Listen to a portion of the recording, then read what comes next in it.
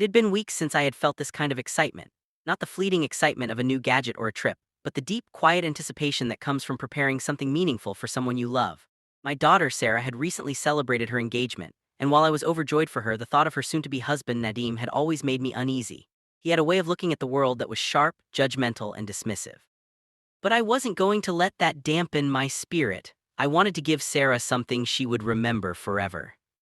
I spent days thinking about what to give her. Flowers, too ordinary; jewelry, too obvious. I wanted something with a story, something that carried the weight of our history, our family, and the love that had shaped her into the woman she had become. Finally, the idea came to me: an heirloom chest that had been in our family for generations. Inside, carefully preserved, were letters, photographs, and small keepsakes from my side of the family, things that no one else could give her. I wrapped it meticulously, the satin ribbon tied perfectly, the paper smooth and pristine. I imagined her smile when she opened it, the way her eyes would light up as she sifted through each letter and photograph. But I also knew that Nadim, her new fiancé, might not understand the value of what lay inside. That thought, oddly enough, made my heart beat faster, the secret thrill that only comes when you know someone is about to make a mistake.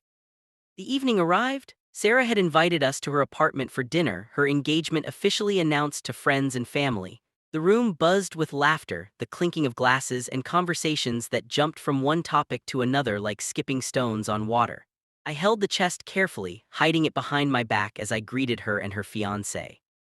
Nadim's smile was polite but not warm. I had met him several times, but there was always something calculated in his eyes, a sense of superiority, as if everything around him was slightly beneath his notice. I handed Sarah the gift with a bright, cheerful voice. "For you, my darling, something special from our family to yours."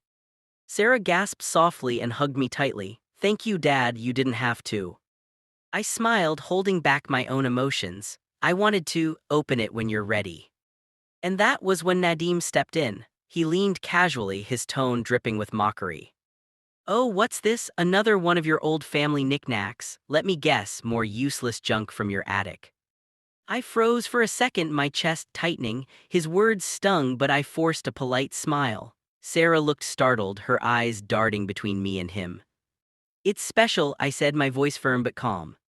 "Special?" Nadim scoffed, lifting the chest with one hand and tilting it slightly. "Special is getting a nice watch or something expensive. This, it looks like a box of old papers and dust."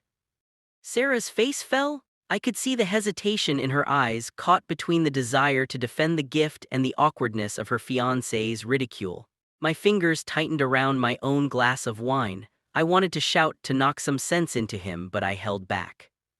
Before I could intervene further, he opened the chest carelessly, tossing aside the ribbon and paper as if it were nothing. His fingers rifled through the contents, flipping letters and photographs with casual disrespect. He even laughed at one of the old black and white photographs. "Oh wow," he said, chuckling. "This is antique trash. Honestly, who even keeps this stuff?" And then it happened. He threw a small bundle of letters onto the floor, not just carelessly, violently, like they were worthless. The chest shook and a few photographs slipped out, sliding under the table and behind the sofa. I watched, helpless, as decades of family memories were treated like disposable paper. Sarah's eyes welled with tears. "Nadim, that's important," she cried, her voice trembling.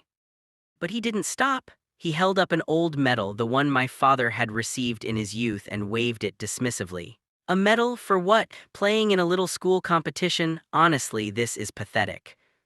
I couldn't hold back anymore. I stepped forward, my hands trembling, my voice low but sharp. "Stop."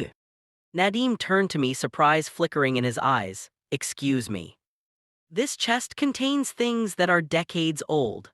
Letters from your wife's grandparents, photographs of family you've never met, and items that carry stories and sacrifices you clearly can't understand." He laughed again, that sharp, mocking laugh. "Oh, please, it's just old junk."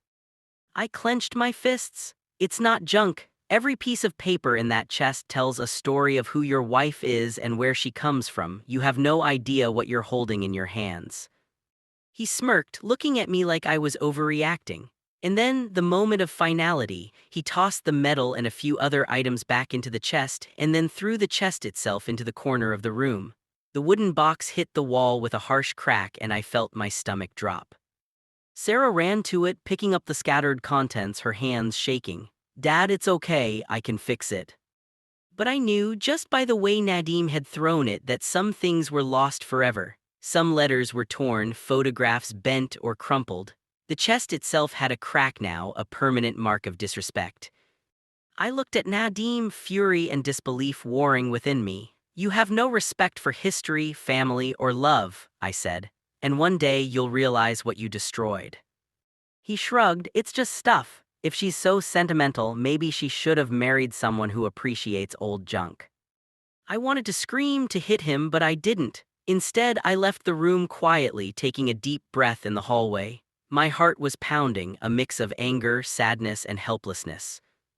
Hours passed, dinner ended, guests left, and Sarah came to me later, hugging me tightly. "Dad, don't be mad. I understand. I love it. I love it all." I smiled weakly, brushing her hair back. "I know, sweetheart, but he doesn't get it yet." Days later, something happened that none of us expected. Nadim, in his arrogance, had left the chest in the living room, its lid slightly ajar. He didn't realize that one of the letters had a small envelope inside, sealed with wax. Inside that envelope was a key, the key to a safe deposit box my father had left for Sarah. It contained a small fortune, property deeds, and documents that would secure her future. He had no idea. While he mocked the chest and threw away what he thought was junk, he had unwittingly left behind the single item that mattered most. Sarah discovered it when she carefully sifted through the mess, her tears of anger turning to tears of joy. "Dad, this is incredible," she exclaimed, holding the envelope and key in her hands. I watched, quietly proud. Sometimes the universe has a strange sense of justice. Nadim, in his arrogance and mockery, had no idea he had just handed my daughter her future. A few weeks later, Sarah confronted him about it. "Do you realize what you almost destroyed?" she asked, holding the envelope tightly. He looked confused, then horrified as she explained. His smug attitude crumbled into panic and shame, but Sarah, with the wisdom that always amazed me, simply smiled. "You didn't ruin anything. You just proved why family, history, and love are worth more than arrogance." And in that moment, I realized something profound. It wasn't just about the chest or the letters. It was about values, respect, and the invisible threads that bind us.